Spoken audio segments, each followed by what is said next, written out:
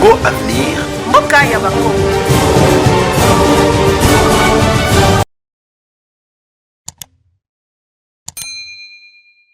Qui va empêcher la SENCO et l'opposition de faire échec à la réforme constitutionnelle envisagée en République démocratique du Congo, mais qui va aussi empêcher l'Union sacrée et le président de la République, Félix Tshisekedi, de consulter le peuple au référendum jusqu'où ira finalement ce choc frontal entre, d'une part, la SENCO, l'opposition, et de l'autre, l'Union sacrée et le président de la République. Est-ce que le pays ne se dirige-t-il pas vers une guerre civile, comme l'a dit d'ailleurs Abbé Chollet? Voilà, chers téléspectateurs, nous sommes là pour cette émission, les débats congolais, qui va tourner autour de ce thème important, réforme constitutionnelle, casus belli ou une mort programmée. Voilà, c'est avec plaisir que nous allons partager quelques minutes. Et pour le faire, nous avons le plaisir de recevoir dans cette émission un homme de Dieu. Un homme de Dieu, il s'appelle Révérend Paul Mukendi, un homme d'affaires aussi.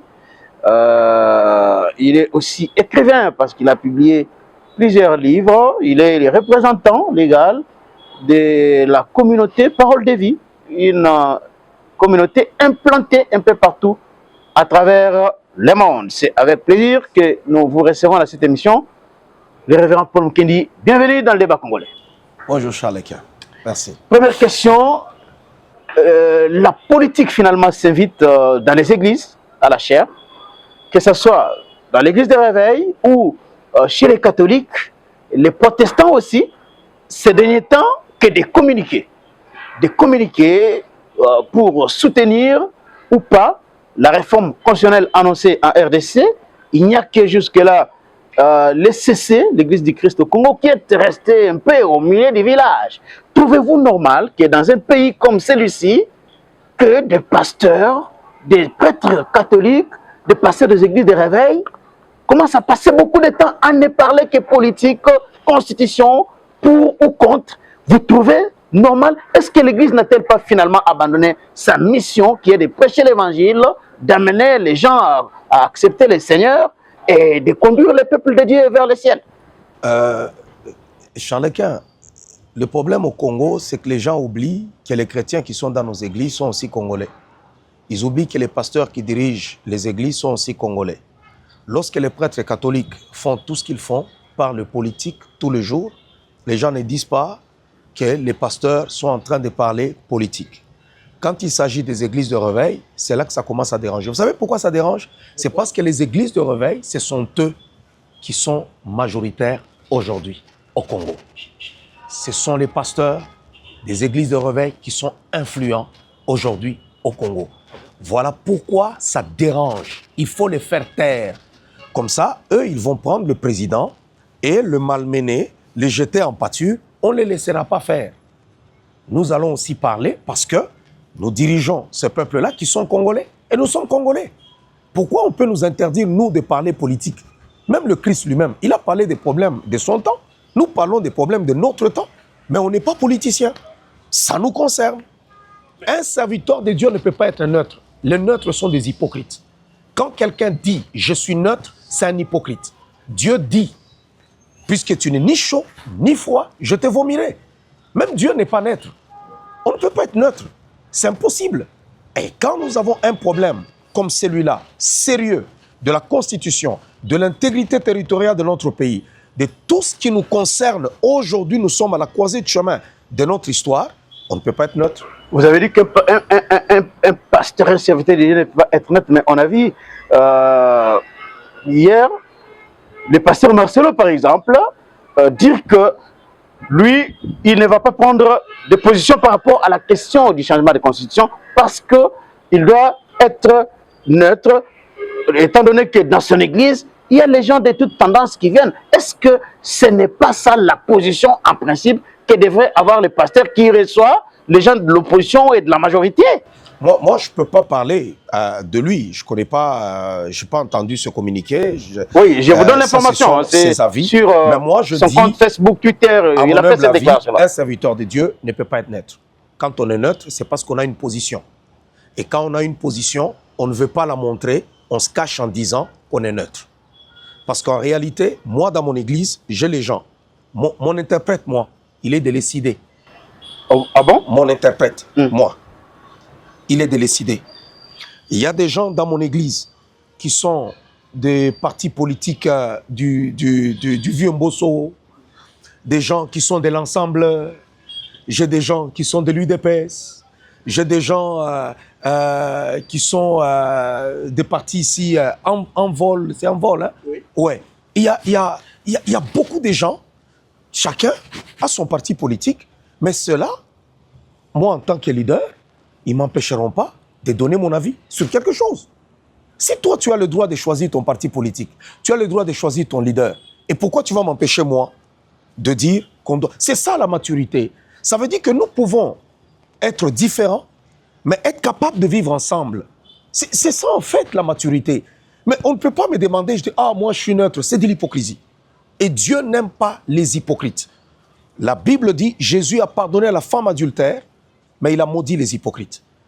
Imaginez-vous que je dise aujourd'hui, non, moi, je ne veux pas vraiment parler parce que je suis pasteur, vous savez, et tout ça. Mais les prêtres, eux, ils parlent tout le jour.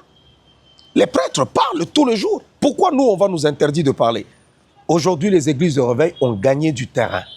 C'est pourquoi on veut nous faire taire. Mais dans l'histoire politique de la République démocratique du Congo, les églises de réveil n'ont jamais haussé la voix pour s'ingérer pratiquement dans les affaires politiques, comme c'est le cas aujourd'hui. Oui, avant, c'était que... Mais le monde change. Avant, on ne respectait même pas les églises de réveil. C'était l'église catholique. Depuis l'indépendance, c'est l'église catholique qui était là. On dirait que l'État gouvernait ensemble avec les églises catholiques. Mais aujourd'hui, la donne a changé. Ils ont perdu du terrain. Aujourd'hui, ces églises de réveil, aujourd'hui au Congo, nous sommes comme aux États-Unis. Ce sont les églises du réveil qui vont aussi hausser le ton. On est influent, point barre, c'est tout. Et ils doivent subir, ils doivent s'habituer maintenant. Les gens, toutes les autres personnes, ils doivent s'habituer. Et deuxièmement, le président de la République aussi, il a des églises de réveil. Donc les églises aussi soutiennent leurs fils. C'est tout à fait... Ah, mais son pasteur, jusque-là, ne s'est pas exprimé. Il avait refusé le troisième mandat, hein, le pasteur Oladalo. Ça, vous le savez. C'est comme si le président Tshisekedi ne suit pas les conseils de son pasteur qui avait pratiquement refusé le troisième mandat pour son fils spirituel, le président de la République.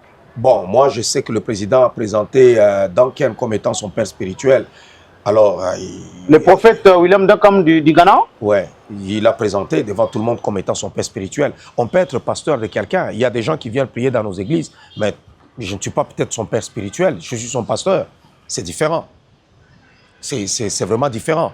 Alors, est-ce que... Parce que la politique, elle est dynamique, les temps évoluent. Peut-être hier, même le président lui-même, peut-être il se disait, je veux faire un mandat. Alors, il avait dit que je veux faire un mandat et puis c'est fini. Mais il se retrouve avec 2 mandats et puis après, vous continuez. Il veut laisser, si le président Tshisekedi laissait aujourd'hui le Congo, alors nous allons lui porter plainte. Ah bon? Oui, nous allons lui porter plainte. Parce qu'il ne peut pas abandonner le Congo en ce temps-ci et de cette façon. Non, il doit arranger le pays, le remettre sous les rails. Nous avons le meilleur président depuis l'indépendance. Et nous sommes aujourd'hui menacés. L'intégrité territoriale de notre pays est menacée. Et nous avons le fils du pays, à la tête de ce pays, qui s'est battu tous les jours dans les avions, au péril même de sa vie. C'est dangereux, prendre tout le temps, tuer un avion, tout ça. Et aujourd'hui, nous avons des résultats quand même. Mais nous ne pouvons pas accepter que le président nous laisse comme ça dans un pays où les étrangers sont venus. Ils se sont enrichis au détriment des peuples congolais. Ce sont des étrangers qui ont l'argent dans notre pays. Alors, ils se sont fait passer pour des Congolais. Ils sont entrés dans la politique. Ils sont devenus des super politiciens. Ils ont des partis politiques. Ils deviennent des candidats encore à la présidence.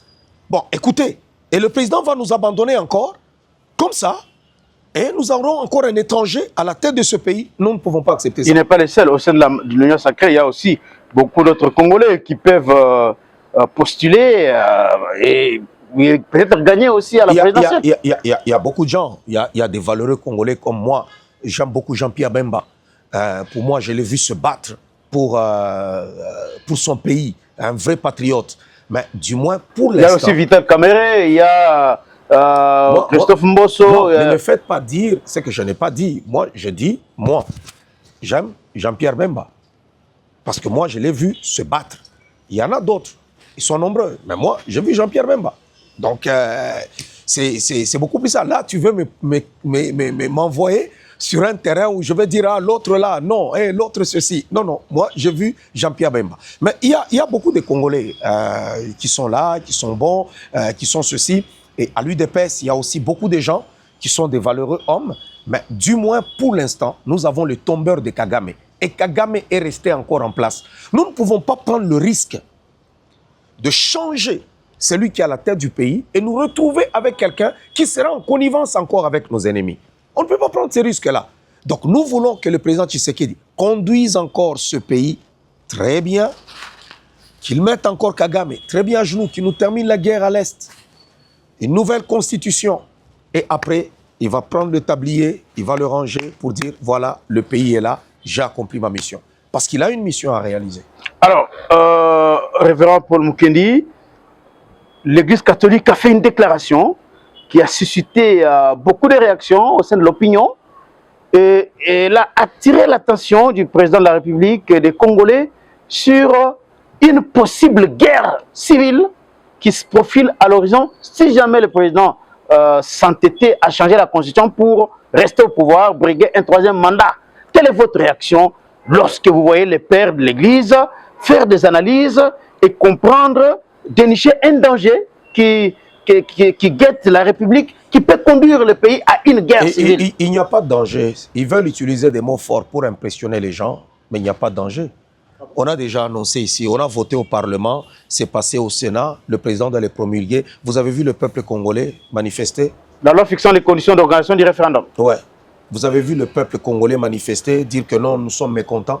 Ah, mais vous avez vu les sit-ins qu'il y a eu récemment et il y aura aussi d'autres actions. Les sit-ins dans une ville de 20 millions de personnes qui n'est pas capable de réunir 10 000 personnes. Pas capable de réunir 10 000 personnes. Si je suis gentil, ils étaient peut-être 3 000. Si vraiment je suis gentil, peut-être entre 1 000 et 3 000 personnes. C'est ça, cette frustration. S'ils avaient le peuple avec eux, ils n'allaient pas s'asperger la sauce tomate sur les vêtements. Pourquoi est-ce qu'ils ont mis la sauce tomate sur leurs vêtements, leurs chemises? C'est la frustration de voir que la population ne les suit pas. La population veut le changement de la Constitution. Vous n'avez pas vu Fayulu blessé à la tête? Vous n'avez pas vu Sesanga, une balle entrée dans la jambe? Vous n'avez pas vu Ados Bombassi, dont le pied a été fracassé par une balle? Vous n'avez pas vu ça? Moi, ce que j'ai vu Martin Fayulu avec la sauce tomate sur sa chemise et le sang ne coulait pas au niveau de la tête. Il a fait une interview après. Il parlait devant les médias, la presse étrangère.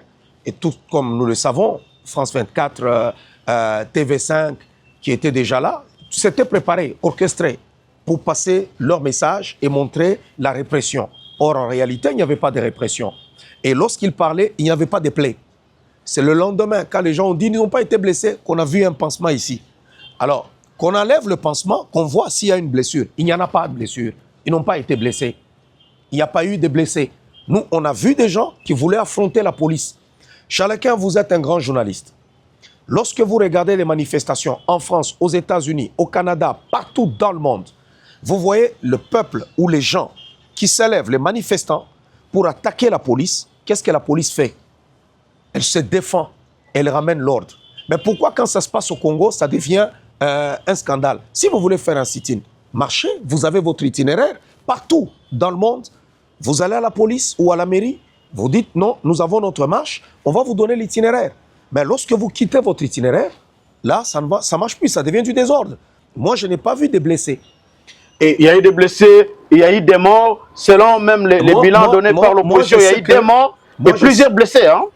Moi, je sais que, comme par magie, il n'y a que des leaders soi-disant, qui étaient blessés. C'est ce qu'ils disent eux-mêmes. Mais en réalité, ils n'étaient pas blessés.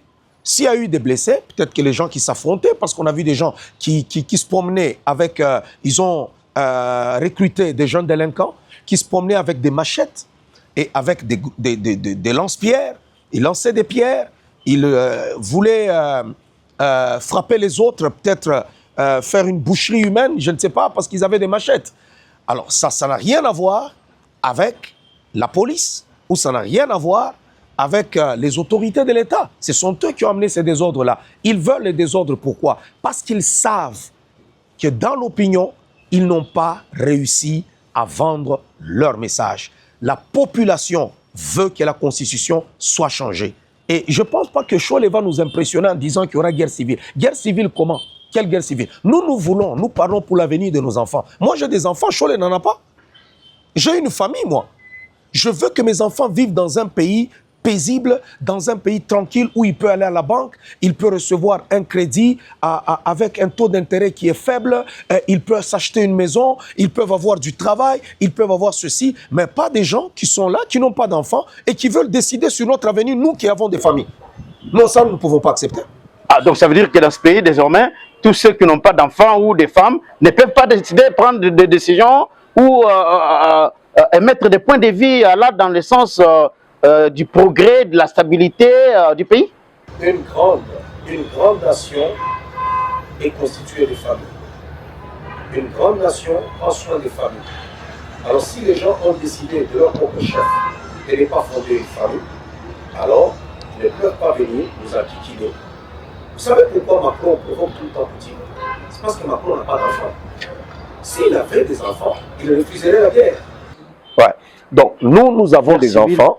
Et nous voulons que les choses se passent correctement dans notre pays. Nous pensons au futur, nous pensons à l'avenir. Les gens qui n'ont pas d'enfants sont dans la complaisance. Et ils sont dans une complaisance parce que le président Tshisekedi leur a ravi le beefsteak de la bouche. Mais vous avez suivi l'abbé Cholet dire clairement que, en réaction, bien entendu, à la déclaration politique de l'Union sacrée qui a qualifié la déclaration de la SENCO comme étant un acte de subversion envers les institutions de la République. Et Abbé Cholet a dit que c'est peut-être le président Tshisekedi qui a un plan de balkaniser le pays, qui a un accord avec Paul Kagame, parce que ça ne peut pas se comprendre que dans un contexte comme celui-ci, où Bukavu, Goma sont entre les mains de l'ennemi, qu'il puisse vouloir organiser un référendum constitutionnel. Je ne sais pas si Cholet, il est un expert politique. Je ne pense pas. Ils ont la haine contre le chef de l'État. Et pourtant, Tshisekedi, qu'il le veuille ou pas, c'est le meilleur président depuis l'indépendance. C'est le meilleur. On a eu 4 présidents. Kasavubu, Mobutu, Laurent Désiré Kabila et Félix Tshisekedi. 4 présidents. Et parmi tous ces 4 présidents, c'est Tshisekedi qui sort comme étant le premier de la classe. Alors, moi je dirais d'abord, si c'était un pasteur des églises de réveil, un groupe de pasteurs qui se comportait comme les Cholet et consorts, ils seront aux arrêts aujourd'hui.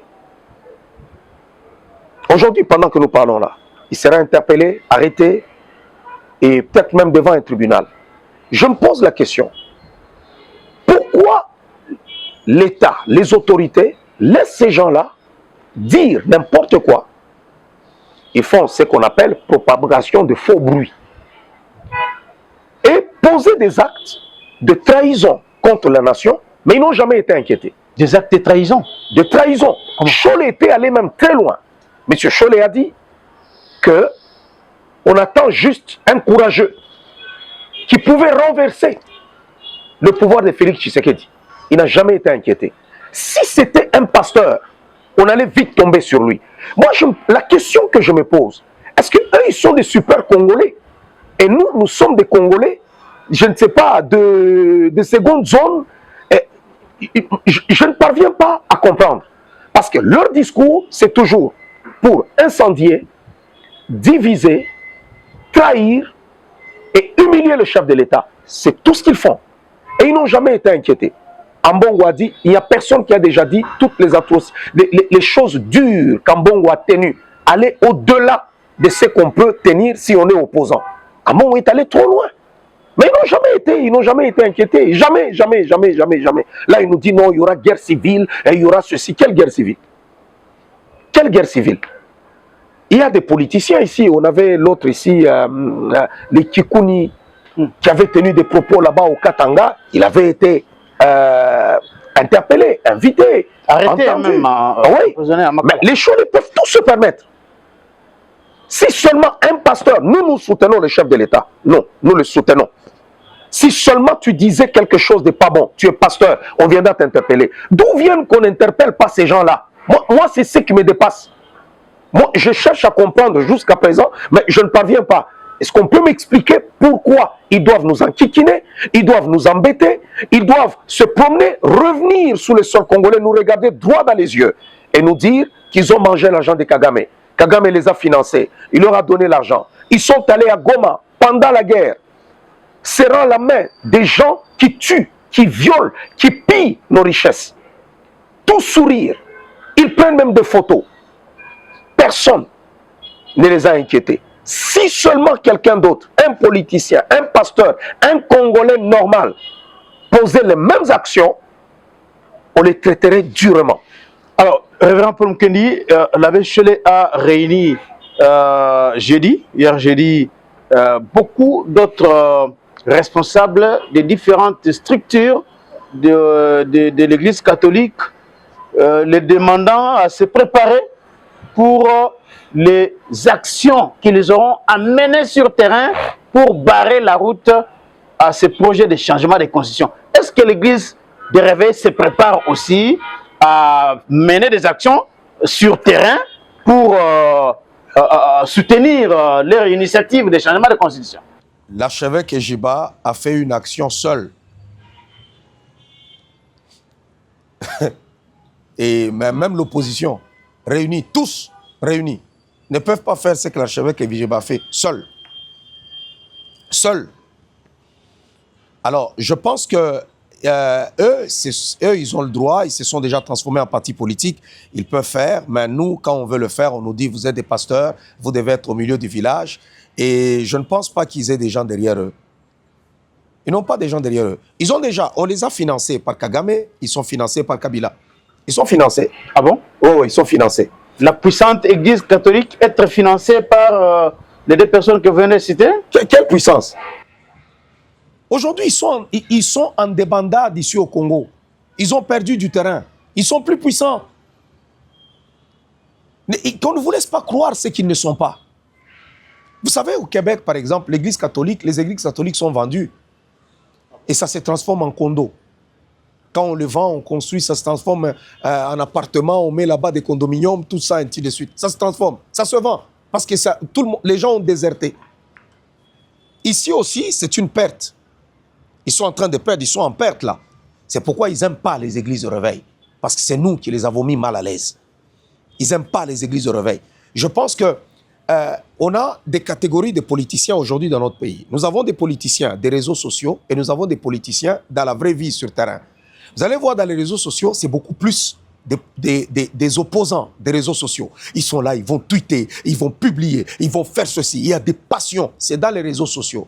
La majeure partie des gens au Congo n'ont même pas Internet, n'ont pas accès à Internet. La majeure partie n'ont pas accès même à Internet. Le taux de pénétration Internet au Congo est situé aux alentours de 30-35%. Voilà. Ils n'ont même pas. On le voit même dans nos églises. On le voit quand les gens arrivent, tout ça, vous voulez passer à communiquer sur Internet. Non, ce n'est pas tout le monde. Et vous pensez que quand ils publient quelque chose, les médias prennent, ils vont relayer tout ça, et ils pensent que c'est ça le pays. Que chaud les sortent, qu'ils mobilisent les gens, nous allons voir. Il n'y a personne qui peut battre l'UDPS sur les affaires du terrain. Et les pasteurs des églises se réveillent aujourd'hui. Non, c'est impossible. Alors, Révérend Paul Mukendi, il y a une messe qui a été annoncée par le cardinal Ambongo. Le 30 juin, ça va se tenir à Lubumbashi, là où réside l'archevêque Fulgence Muteba. Craignez-vous que le tribaliste. L'évêque métropolitain. Hein. Craignez-vous que cette messe-là puisse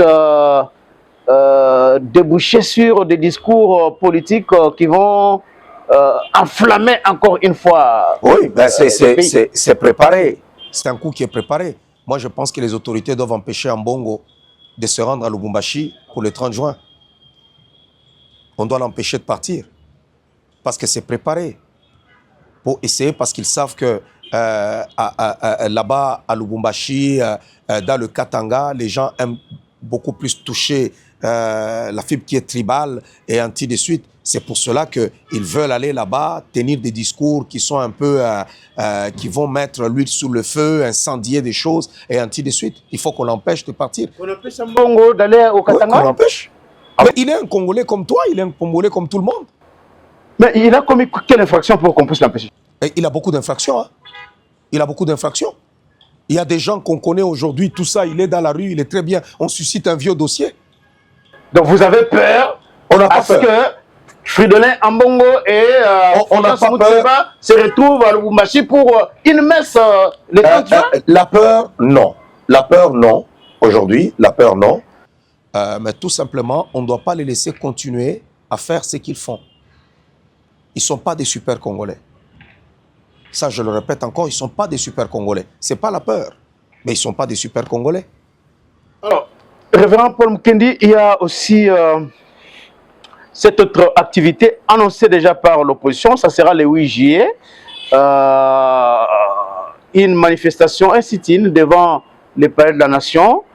Dans les communiqués publiés par la coalition article 64, ils ont dit que les gens viendront à partir de 6 heures des 4 districts de Kinshasa. Ils vont converger vers les palais de la Nation où à 9 heures, ils vont faire leur sit-in pour demander à ce que le président Tshisekedi puisse démissionner et surtout qu'il ne puisse pas renverser l'ordre constitutionnel établi. C'est tout à fait normal que dans une démocratie comme la nôtre, les opposants manifestent et s'expriment comme ils veulent.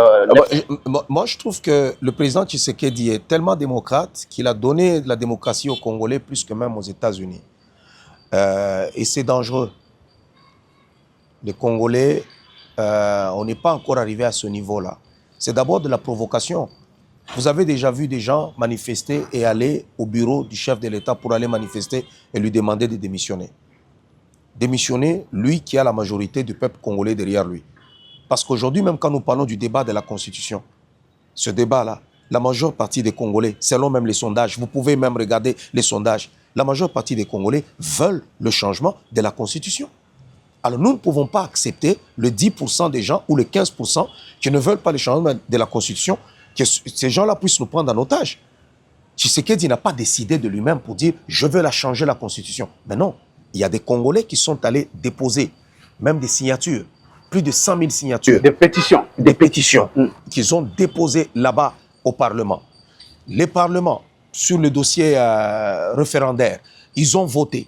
Bon, écoutez, c'est la loi, c'est la Constitution qu'ils défendent là, qui prévoit tout ce mécanisme. Maintenant, pourquoi ils ont peur du référendum? Pourquoi? Donc, eux veulent nous interdire, nous, de choisir, de décider sur notre destin. Il n'y aura rien, c'est le 40e qu'ils vont, le 8. Il n'y aura rien, mais qu'ils choisissent à aller manifester ailleurs, pas devant le bureau du chef de l'État. Parce qu'ils sont en mode confrontation. Comme ils savent qu'ils n'ont pas le terrain, ils ont déjà perdu le terrain, alors ils veulent provoquer pour qu'il y ait des échauffourées. Et ils ont des chaînes comme France 24, et je ne sais même pas pourquoi est-ce qu'ils sont en train de mettre chez nous. Naturellement, il fallait fermer ces chaînes-là. Ah bon? Oui, parce qu'ils travaillent. Ils donnent seulement l'information sur Ils ce travaillent pour l'ennemi. Ce sont des chaînes qui ont toujours été avec les Moïse Katumbi, avec les Kabila et ainsi de suite. Ils travaillent pour l'ennemi. C'est tout, on le sait. Lorsqu'on a eu les manifestations, les sittings de la fois passée, il faut voir vite comment est-ce qu'ils ont commencé à relayer sans même vérifier. Sans même vérifier. Tout le monde sait que c'était la sauce, la soupe de tomates qu'ils avaient sur des chemises. Excepté France 24 et TV5, qui ne pouvaient pas voir.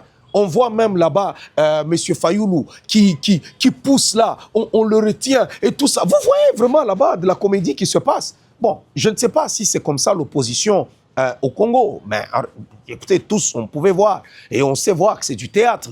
On sait le voir. Ça saute à l'œil que c'est du théâtre. Mais du moins, moi, je dis, ils ont le droit. C'est dans leur pays.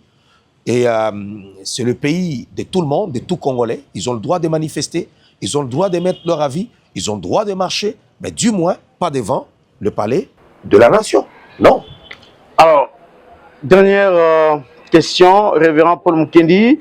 Le Rwanda est encore une fois sanctionné par les États-Unis. Une raffinerie, la raffinerie de Gasebo, qui s'occupe de l'or au Rwanda, a été sanctionnée, et d'autres entités et des personnalités rwandaises. Mais malgré cette batterie de sanctions prises par les États-Unis depuis plusieurs mois maintenant, Paul Kagame ne retire pas ses troupes sur les sols congolais. Est-ce que pensez-vous qu'avec seulement des sanctions, ça peut fléchir Kagame à quitter la RDC? Les sanctions affaiblissent. Ça les affaiblit. Mais du moins, nous voulons voir du concret. Les États-Unis ont assez une main longue pour taper même sur le poing sur la table pour pousser Kagame à quitter le sol congolais. Mais nous avons la France, c'est la France qui tire les ficelles. Je ne sais pas ce que la France offre aux Américains. Il y a aussi ça. Donc au sommet, il y a beaucoup de choses qui peuvent se décider, se parler. C'est la France qui tire les ficelles à l'est de notre pays. La France n'est pas notre ami. C'est Macron qui soutient Kagame. Alors, les sanctions, ça les affaiblit. Mais moi, je dis, nous ne devons pas seulement compter sur les autres. Nous devons restructurer notre armée. Nous devons nous armer aussi jusqu'aux dents. Et nous devons attaquer.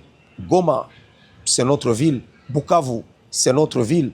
Et nous devons attaquer. Nous devons chercher à récupérer nos villes. C'est à nous de le faire. Ce ne pas les Américains, ce ne sont pas les Américains ou nos alliés qui doivent travailler pour nous. C'est à nous-mêmes de le faire. Alors, comment réagissez-vous lorsque vous attendez l'AFC M23, les Corneille Nangaa et autres dire que si Tshisekedi change la constitution, ils vont proclamer leur république là-bas? Vous réagissez comment? C'est pas comme ça qu'on proclame une république. C'est pas comme ça que ça se passe là. Mais vous suivez même l'opposition dire qu'il y aura balkanisation, Goma sera... Il n'y aura pas balkanisation. Il n'y aura pas balkanisation. Le Congo restera indivisible. Ils veulent terroriser tous les gens. Ils veulent faire peur au président Tshisekedi et tout ça. Écoutez, le président Tshisekedi peut ne pas même pas changer la constitution, mais il peut rester au pouvoir même pendant 10 ans. Ah bon? Oui. Il peut ne pas changer la constitution et rester au pouvoir pendant 10 ans. Comment on peut organiser des élections dans un pays en guerre? C'est impossible. Donc ça veut dire qu'il peut, même si la constitution n'est pas changée, Tshisekedi peut demeurer toujours président. C'est tout. Même en Europe, ça se fait. Zelensky est là. Zelensky est là. Parce qu'il y a des gens qui pensent que non, il veut changer la constitution pour se maintenir au pouvoir. Il veut qu'on change la constitution. Bien sûr, c'est lui qui est président. C'est lui qui va en bénéficier. Si on change, ça ne sera pas un troisième mandat. Non, ça sera une nouvelle législature. Mais aujourd'hui, il peut ne pas changer la constitution et demeurer président du Congo. Et nous connaissons, aujourd'hui, je connais bien les politiciens congolais. Tout ce qu'ils veulent aujourd'hui, c'est le positionnement. Même quand ils sont en train de marcher là, oui, opposition, opposition. En réalité, ce n'est pas parce qu'ils ne veulent pas que la constitution soit changée. Vous pensez que si le président Tshisekedi prenait aujourd'hui et dit « Mon Martin Fayulu, je te nomme comme premier ministre », il va refuser? Il va refuser. Il ne va pas refuser. Ils veulent un dialogue. Ils veulent que les gens se parlent pour se partager. Nous avons une constitution qui a détruit notre pays, qui est budgétivore, qui a empêché notre pays de se développer. Pourquoi? Parce qu'aujourd'hui, même si tu es abruti, même si tu ne sais pas lire ton nom, même si tu ne sais pas écrire, il suffit que tu sois seulement membre d'un parti politique, demain tu seras nommé. C'est tout. Demain tu seras nommé. Et aujourd'hui, tout le monde veut faire la politique dans le pays. Pour avoir l'argent, il faut être politicien. Pour avoir ceci, il faut être politicien. Pour avoir cela. Pourquoi? C'est cette constitution-là de Kagame et de Kabila qui a été construite à dessein pour aliéner l'homme congolais. Nous voulons changer cette histoire-là. Et on va le changer. Qu'il pleuve, qu'il neige, on va changer la constitution. Il n'y a personne qui va stopper. C'est en marche. Même le président ne peut pas stopper. Il va stopper comment? L'Assemblée nationale a déjà voté. Le Sénat a déjà voté. Il y a plus de 100 000 signatures là-bas. Bon, il va stopper comment? C'est fini. C'est fini. C'est par là que nous terminons aussi cette émission, les débats congolais. Merci de nous avoir suivis. Abonnez-vous massivement. Congo Avenir. Mboka ya Bakongo.